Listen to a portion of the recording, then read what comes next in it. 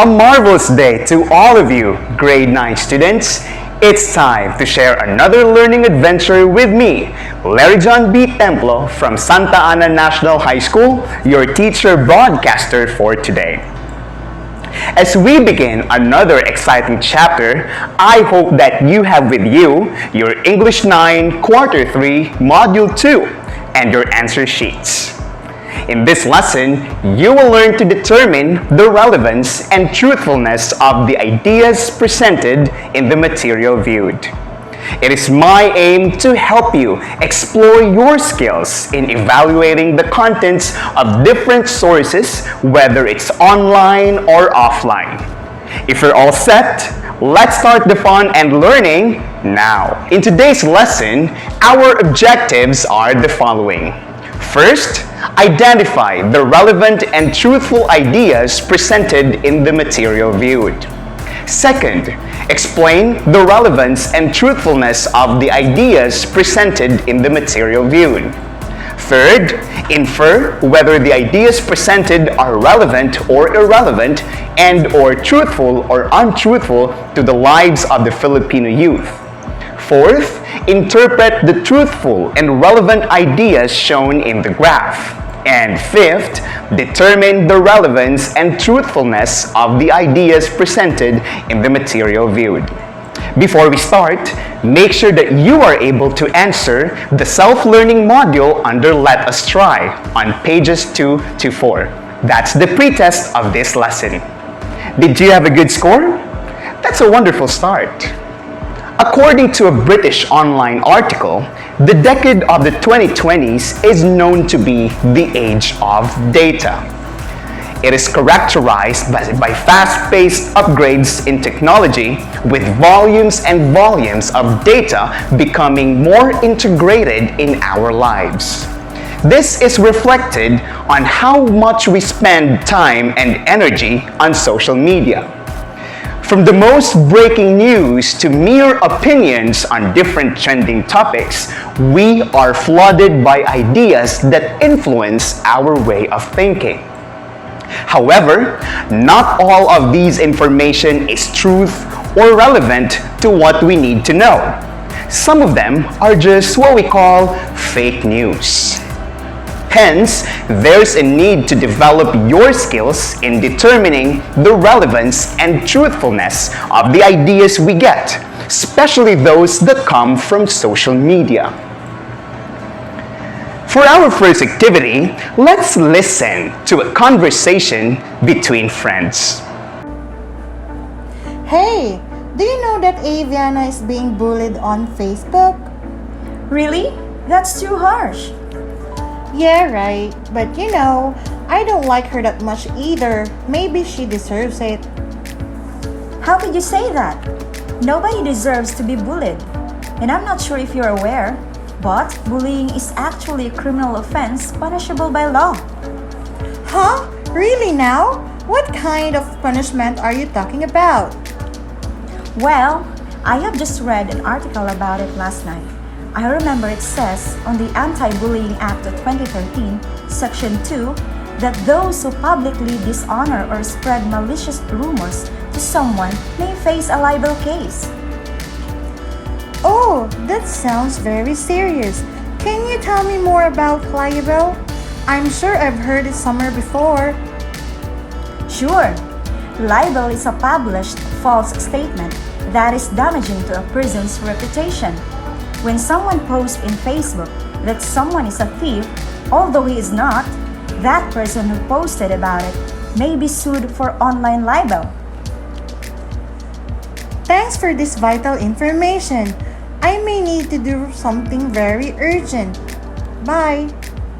Now, let's answer the questions that follow. Number 1, what issue is presented in the conversation? That's right. The two friends are talking about the issue of online bullying. Number 2, is the issue presented relevant in our current times? Do you think it's truthful? Well, you might have just read my mind. Yes, the issue of online bullying is truly relevant in this day and age. You may have known someone who is being bullied on Facebook, or you may have read about libel cases in recent years. Well, that also makes this issue truthful. Question number 3. In your opinion, what makes an idea relevant and truthful? I would like you to hold your thoughts on that as we proceed on our next activity. We are about to watch a short video, but before that, let's do a vocabulary check. Let's see if these keywords are familiar to you. Match the following unfamiliar words to its meaning by writing the letter of the best answer.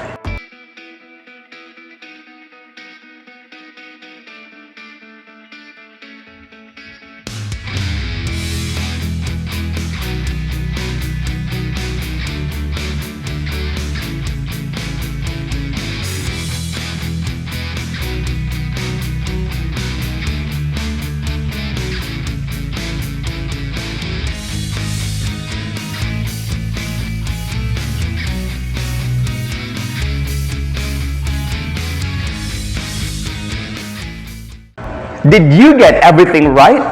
Let's check. The correct answer for number 1 is D. For number 2, it's C. For number 3, it's letter E. For number 4, it's A. And number 5, it's B. Now, I'm sure you are ready to watch the short infographic video. Watch VTR.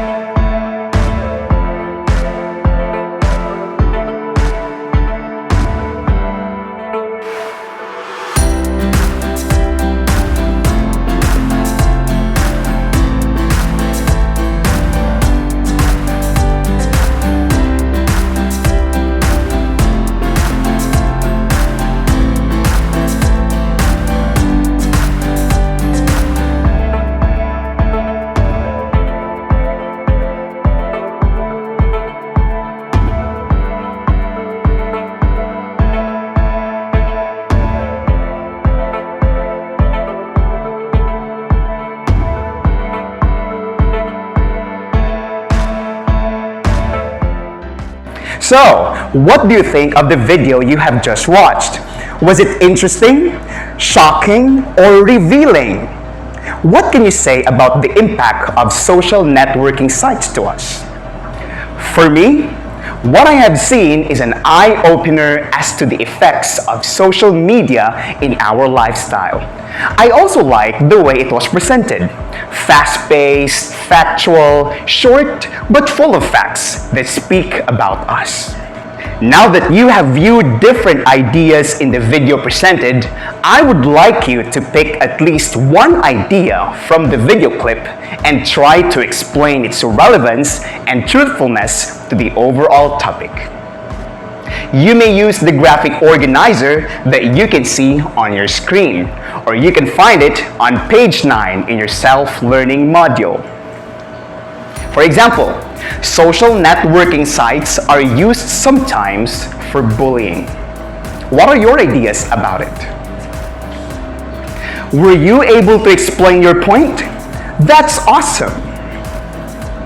The informational video you've just watched supports the idea that we are indeed in the age of data. every day, we are exposed to an unlimited amount of information, most of which we don't really need. And here's the thing, most of what we see first in our notifications are fake news. Usually, we don't have the time to verify the information, and when we share this to our newsfeed, we end up spreading false information. For example, imagine the danger when we share a malicious post about the side effects of the COVID-19 vaccine without checking if this is real news. This would create an unnecessary alarm and panic among our friends and relatives. Hence, it is important to hone our critical thinking skills in determining the relevance and truthfulness of these ideas. Now you may ask, how do we know if the ideas are relevant? A relevant idea should contain information that supports the point or subject of the material. These are in the form of an article, conversation, or even pictures. It is important to note that relevant information consists of factual data.